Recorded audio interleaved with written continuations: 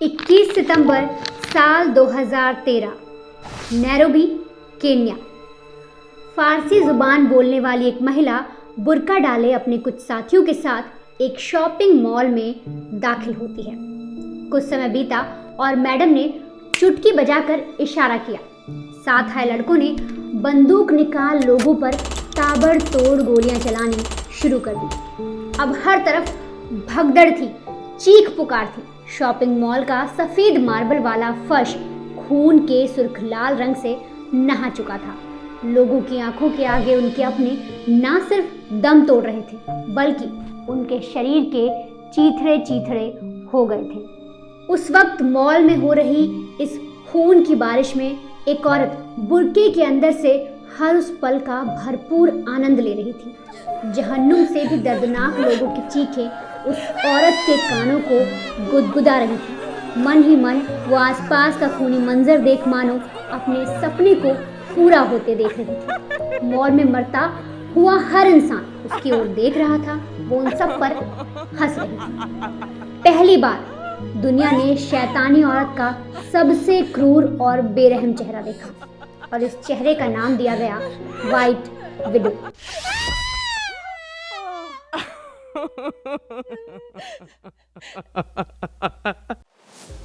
O Sheikh Usama, my father, my brother, my love for you is like no other.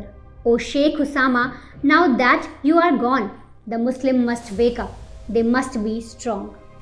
Osama bin Laden से जो सच्ची मोहब्बत करती थी, ओसामा को जो सर्वशक्तिमान मानती थी, जो ओसामा के लिए शायर तक बन जाती थी, वो व्हाइट विडो आतंक की दुनिया में मौत बांटने वाली हसीना बन गई। हुस्न की मलिका की नीली आंखें जितनी गहरी हैं, उससे भी ज़्यादा गहरी है इसके बदला लेने की वो तड़प, जिसके आगे जो भी आया वो नेस्तनाबूद हो गया। इसका चेहरा जितना कमसिन, उससे भी कई ज़्यादा डरावने हैं इसके खूनी इरादे।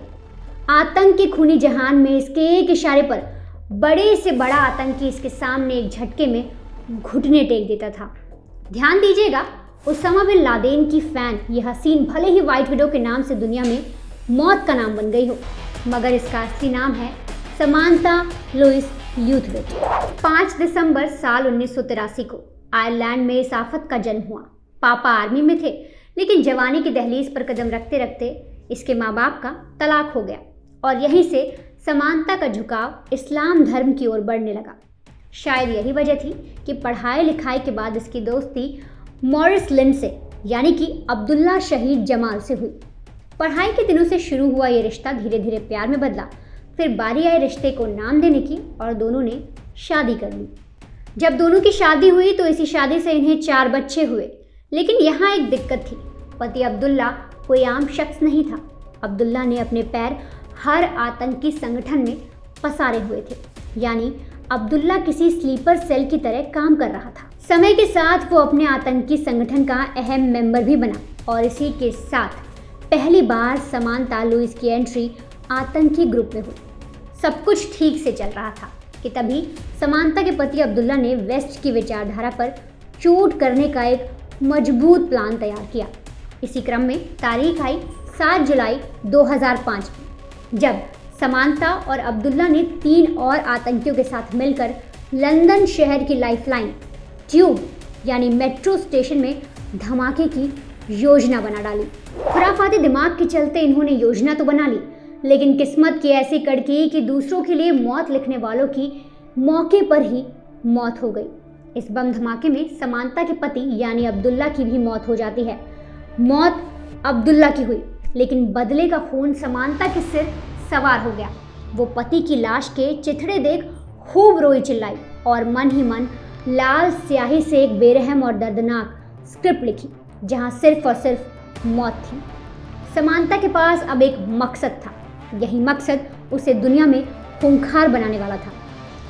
लेकिन उसके मकसद को जानने से पहले आप सबसे पहले ये जान लीजिए कि समांथा आखिर थी कौन। आतंक की दुनिया में समांथा को असमंतरा, शेराफिया, अस्मा साहिदा, विंट एंड्रयूज और व्हाइट विडो जैसे नाम दिए गए। इसके रंग की वजह से इसकी पहचान एक ऐसी गोरी महिला के तौर पर की जाती है जिसने अफ्रीकी देशों में मौत का खेल खेलने में महारत हासिल कर रखी है।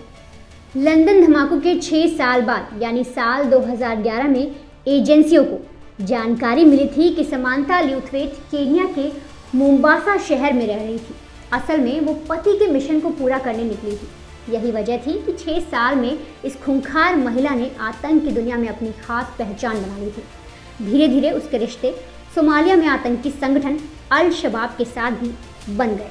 समांथा के बारे में इतना जानने के बाद अब आपको बता देते हैं कि उसने किस तरीके से अपने खूनी कारनामों को अंजाम दिया। साल 2015 मई की गर्मी, तारीख 18, साउथ अफ्रीका में केन्या यूनिवर्सिटी। अचानक एक खौफनाक हमला होता है। इसमें नाम आया आतंकी समांथा का, यानी कि वाइट विडो। मैडम के एक इशारे पर लगभग 150 लोगों को मौत के घाट उतार दिया गया। इसके काम की आतंकियों की दुनिया में वाहवाही होने लगी और शायद यही वजह थी कि आतंकी संगठन अल शबाब के लीडर अहमद उमर का दाहिना हाथ के तौर पर इसे पूरी दुनिया जानने लगी। अब उमर ने इस वाइट विडो को नौजवान लड़के और महिलाओं को अपने ग्रुप में शामिल करने की जिम्मेदारी समांथा को सौंप दी, ताकि वो उन नए लड़कों को, उन महिलाओं को अपने आतंकी संगठन में शामिल करे और वो लोग एक सुसाइड बॉम्बर के तौर पर इनके नेटवर्क का हिस्सा बने। समांथा ने धीरे धीरे ये सारी चीज़ें की और समांथा यहीं पर नहीं रुकी। अलकायदा नेटवर्क के चीफ रहे ओसामा को लेकर इसकी दीवानगी तब दुनिया के सामने आई जब इसकी लिखी एक कविता कंप्यूटर हार्ड ड्राइव के जरिए ब्रिटिश पुलिस के हाथ लगी। 23 अक्टूबर साल 2013 वो पहली तारीख थी जब सारी दुनिया को पता चला कि white widow Osama bin Laden को अपना सबसे सच्चा प्यार मानती थी। जो कविता हमने आपको पहले बताई थी, उस कविता में इस खतरनाक आतंकी ने ओसामा की शान की जमकर कसीदे गढ़ी। कविता में क्या लिखा था, चलिए वो भी आपको बताती हूँ। वाइट विडो ने अपनी कविता में अलकायदा के और मजबूत होने की कामना की और ओसामा को सर्वशक्तिमान बताते हुए दुआ मांगी। ओसामा के हर मंसूबे को पूरा करने की इसने कामना की। इस कविता में इसने ओसामा के वर्चस्व का जो बुलंद झंडा है उसे कभी ना झुकने की बात कही। और वाइट विडो ने इतना ही नहीं लिखा, इस वाइट विडो ने अमेरिकी राष्ट्रपति ओबामा के लिए भी ये लिखा कि there is no victory for you mister Obama. दुनिया के बड़े आतंकी संगठनों की फेवरेट वाइट विडो के सिर पर एक दो नहीं बल्कि 400 लोगों की मौत की जिम्मेदारी है। इस कातिल हसीना से दुनिया का कोई भी ऐसा कोना नहीं है जो खौफ नहीं खाता। इसीलिए शायद इंटरपोल यानी इंटरनेशनल पुलिस ने 200 देशों में समानता के खिलाफ रेड कॉर्नर वारंट जारी कर रखा है।